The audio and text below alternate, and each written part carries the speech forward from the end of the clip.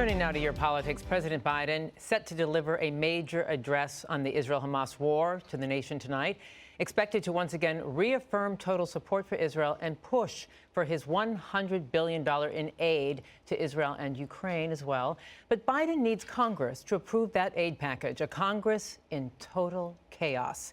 Here to discuss this and more is Caroline Heldman, professor of critical theory and social justice at Occidental College.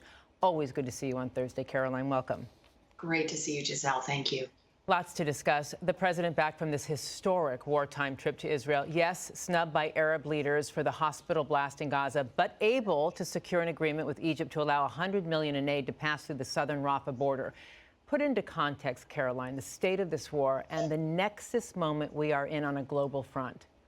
Well, I would say that what really needs to happen right now is a close look at the humanitarian crisis. This could really shift public opinion about Israel's response.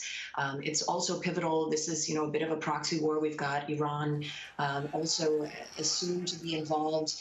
As you noted, Giselle, the Rafah border will be open as early as Friday. It's been damaged by Israeli bombing. And we're looking at 20 aid trucks coming in, but the head of USAID is saying at least 100 per day will be needed.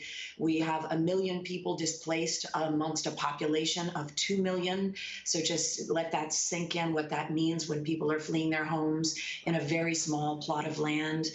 We have people who don't have drinking water, who are eating garbage. This stands to be a massive and mounting humanitarian crisis that we need to address in Gaza. Yeah, and such a quagmire politically, as you well know. The president is going to make it in his primetime address. He's expected to double down support for Israel, but also to caution them, as you so noted, not to give in to rage, use restraint, and remind the world that Hamas does not represent the Palestinian people. But here's the quagmire. How does Israel take out Hamas without risking the lives of civilians in that densely populated region? Well, it's just so complicated. How do they do that? I mean, obviously, bombing right now is not very surgical.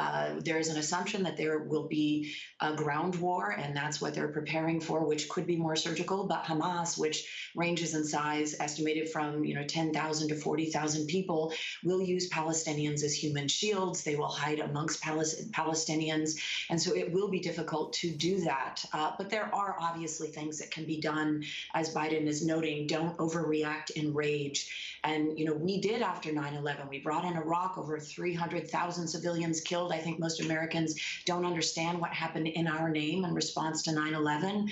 But Biden knows this full well, and he is hoping that Israel will take that lesson to heart. Yeah, and the historic trip, nearly derailed by that hospital blast that killed hundreds, is sparking protests. You saw them in the video throughout the Arab world.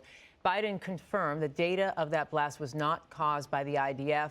But does it even matter when this war has already become a war of propaganda? No, unfortunately, this is what we're seeing, right? That it's being fought on the ground, and it's also being fought on social media and misinformation and disinformation.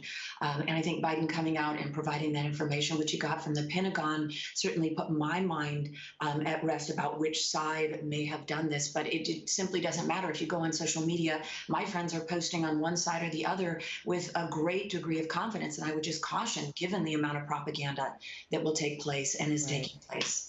Yeah, and the anger and the rage. So Biden is receiving, though, for the most part, widespread praise for how he's handling this war, but not everybody. As Palestinian Democratic Congresswoman Rashid Tlaib blasted the president, calling for a ceasefire. And there's a State Department official that also resigned over his handling of Israel. Do you see this signaling growing dissent?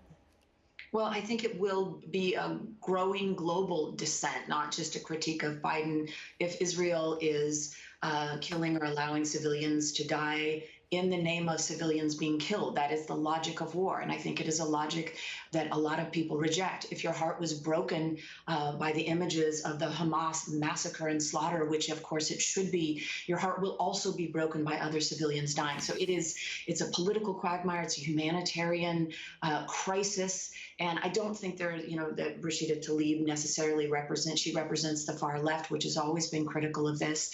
But I think that Biden and Israel need to be concerned about this, while at the same time having a right to defend itself, obviously, from the threat of Hamas. All right, let's turn to the absolute chaos and collapse in Congress. Until the speakership mess is resolved, there's no aid to Israel, no aid to Ukraine, and a government shutdown is now weeks away. We'll get to Jordan in a minute. What kind of colossal collapse is this for our democracy at this critical moment on the world stage? Well, it just makes us look weak, Giselle, when you have, Tommy Tuberville, one senator, slowing down, stopping appointments to the highest military offices. When you have 8 members of the House of Representatives, 8 extremists who don't even represent their own party, bringing government to a grinding halt. It makes us weak on the global stage. It simply does. Right. And Jim Jordan, a very controversial character now, lost 2 votes, lost even more. He's bleeding support. What happens next? Well, it's hard to say. It is unlikely he'll get the speakership because he's losing votes from the first to the second rather than gaining them. And his strong-arm tactics are really turning off his colleagues, or the strong-arm tactics of his allies. There's a possibility that Hakeem Jeffries, who is leading the Democrats, will get together with some Republicans and give McHenry, who is the interim speaker, more power. I think it is highly unlikely that the Democrats will be electing a speaker from the opposite party. It's just never happened. But it's possible that they'll give the interim speaker more power in order to pass basic funding, for example, for Israel. Right. Okay. I do want to ask you about, obviously, Trump has been pushed off the front page because of the war and everything else happening, but there is breaking news right now. Trump's attorney, Sidney Powell, in a complete about-face, has pled guilty in the Georgia election subversion case. One day before her trial was set to begin. This is a complete about-face. How significant, how perilous for the former president?